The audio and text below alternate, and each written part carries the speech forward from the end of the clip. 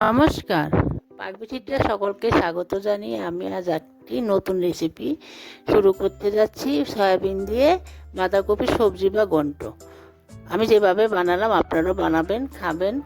আমার চ্যানেলটা সাবস্ক্রাইব করবেন, পাশে থাকার জন্য। আজ আমি আরেকটি সবজির রেসিপি আপনাদের করে দেখাবো, বাঁধাকপি এই সয়াবিন দিয়ে বাঁধাকপি। তার জন্য এখানে একটা মিডিয়াম সাইজের বাঁধাকপি আমি কুচি করে কেটে বাপিয়ে নিয়েছি। আমি নুন হলুদ এখানে কিছুই অ্যাড করিনি।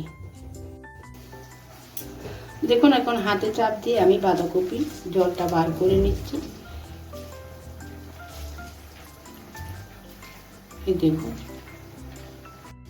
দেখুন বাঁধাকপিটা রান্না করার জন্য এখানে আমি মিডিয়াম সাইজের একটা আলু ভেঙে করে কেটে নুন হলুদ দিয়ে বাপিয়ে নিয়েছি। এখন আলুটা আমি একটু ভেজে নেব। দেখুন আলুগুলো আমি হালকা ব্রাউন করে ভেজে নিয়েছি। এখন আমি তুলে নেব। দেখুন আমি আলু ভাজা তেলটা একটু কমিয়ে নিয়েছি। এখন সয়াবিনটা একটু হালকা করে 2 মিনিটের মতো ভেজে নেব।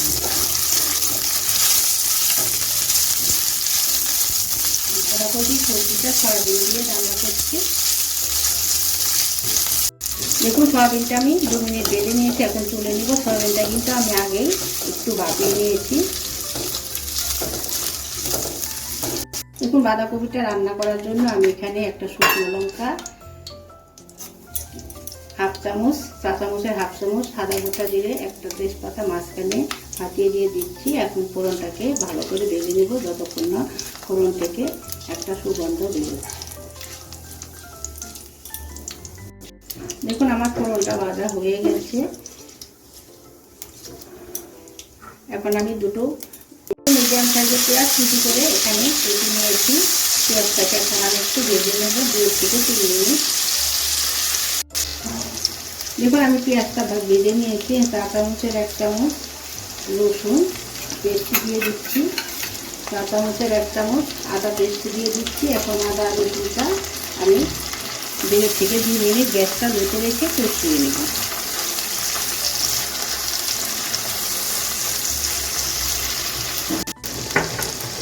দেখুন আমি 2 মিনিট কষিয়ে নিয়েছি। এখন অল্প পরিমাণে একটু জল দিয়ে দিচ্ছি যাতে মশলাটা পুড়ে না যায়। চা চামচের 1 চামচ হলুদ গুঁড়ো দিয়ে দিচ্ছি। কালারের জন্য দিয়ে দিচ্ছি চা চামচের হাফ চামচ কাশ্মীর লঙ্কার গুঁড়ো, সম্পূর্ণ অপশনাল।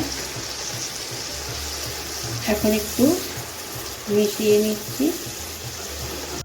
চা চামচ 1 চামচ কাঁচা লঙ্কা পেস্ট দিয়ে দিচ্ছি। দুটো মিডিয়াম সাইজের টমেটো কেটে দিয়ে দিচ্ছি।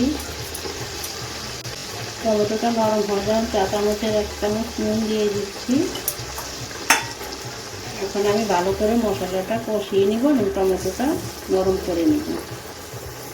আমার টমেটোটা নরম হয়ে গেছে, মশলাটা কষানো হয়ে গেছে। এখন আমি থেকে আলু আর সয়াবিনটা ভেজে রেখেছিলাম সেটা দিয়ে দিচ্ছি। সেটা আলু আর সয়াবিনটা দিয়ে মশলার সঙ্গে 1 থেকে 1.5 মিনিট কষিয়ে নিচ্ছি।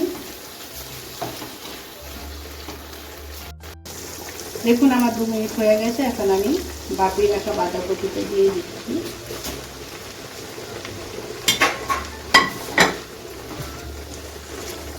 এখন বাঁধাকপিটাকে আমি রান্না করে নেব। মিনিট রান্না করে নিয়েছি। এখন আমি চা চামচের 1 চামচ ভাজা জিরের গুঁড়ো দিয়ে দিচ্ছি। চা চামচের 1 চামচ গরম মশলা গুঁড়ো দিয়ে দিচ্ছি। এখানে নুন ঝালটা আপনাদের স্বাদ অনুযায়ী দিবেন। আমি এখন আর নুন অ্যাড করবো না। আমি টমেটোটা নরম করার সময় নুনটা অ্যাড করে নিয়েছি। চা চামচের 2 চামচ ঘি দিয়ে দিচ্ছি। চা চামচের 4 ভাগের 1 ভাগ জয়ফল দুধকে আমি কড়াইতে একটু ভেজে গুঁড়ো করে নিয়েছি। এখন আমি সব কিছু ভালো করে মিশিয়ে নিচ্ছি। মিশিয়ে আমি 1 থেকে 1.5 মিনিট রান্না করে নিচ্ছি। দেখুন আমার সয়াবিন দিয়ে বাঁধাকপি সবজি বা ঘন্টটা তৈরি হয়ে গেছে।